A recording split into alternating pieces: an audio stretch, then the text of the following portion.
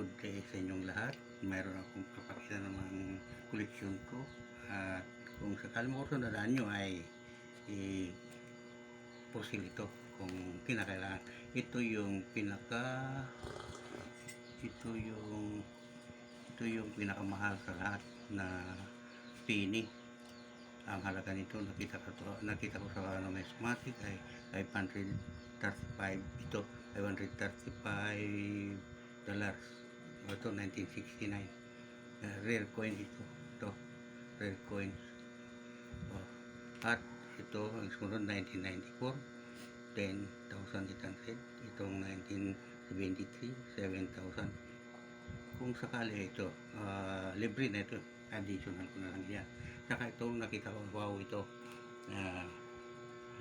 nakita ko sa mga kaibigan ko, may ginalang binigay sa akin ito. At ito yung mahalaga, nakita ko rin ito sa numismatic. Ito si Queen Elizabeth II. Tama-tama yung pizza niyan nung nakita ko sa year ito 1952. Yan, ang ganda ko. Ang halaga nito sa numismatic ay $400,000. Ito new pens to penny. Saka itong isa Queen Elizabeth din ito, mahal din ito, pero nakaligtan ko na yung presyo niya. Mahal ito, mga about $200,000 ito, or mahal ito 250 yan. Saka ito mayroon akong 6 na error na 20 pesos. 8 error ito sa gitna from head to yan, yung gitna ito, from ace to ace dito sa baba. Ito yung isa, yung ace nasa gitna dito, saka rito. Mayroon akong 6 na ganito. Kung kailangan nyo ito, palagay ko error ito. Matagal ko nang nakita na hanap ito.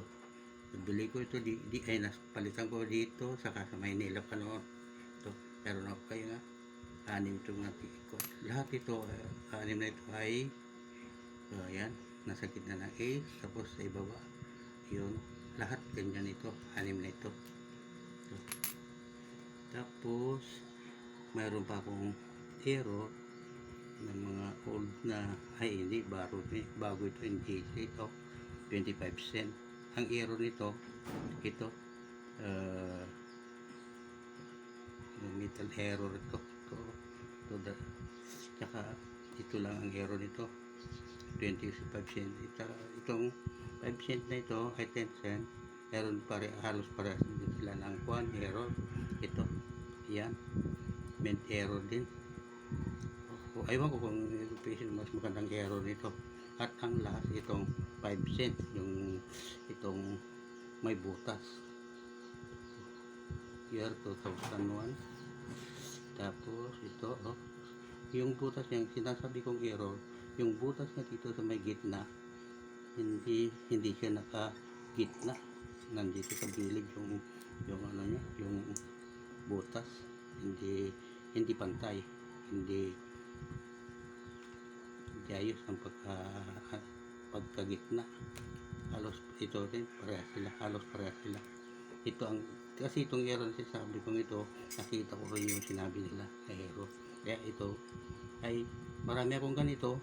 Ito ang nilan ko, tinabi ko, kasi alam ko na error ito. Ito ang alam kong na error. Meron pa rin akong 2 error dito sa 1 piso. Pareho ito yun. Alam ko na error ito dahil itim mo piso error. Si Rizal 1972. Saka itong isa error pa rin ito Kalabaw 1980 dito. Ito itim, halos parehas silang itim. Ito lang ang nakita kong error kasi ang dami kong mga ganito, kaya ginawa kong error. At sige bye. Itong error na ito ay sa Kalabaw pa rin, sa Bupalo. kay Dr. Rizal. Ang error nito yung pangalan ni Dr. Rizal. Dr. Hos na lang, wala yung Rizal niya. Wala yung apelyido niya, wala na yung Rizal. Hos na lang yun nandun. Rizal, yung Rizal wala na. Kaya malaking error ito sa kanya kasi maski makapangalan ito, wala kang makikita ganito na error. Ngayon lang ako nakakita. Saka ito, suplawang ito na bupawalo pa rin. Pangit ang blurred ito. Saka yung isa pala mayroong error pala dito. Yung pangalan ng kalabaw, yung bupalo, wala, hindi na nababasa. Yun ang malaking error ito. Halos pareha sila nito, blurred. Yan lang ang alam ko error.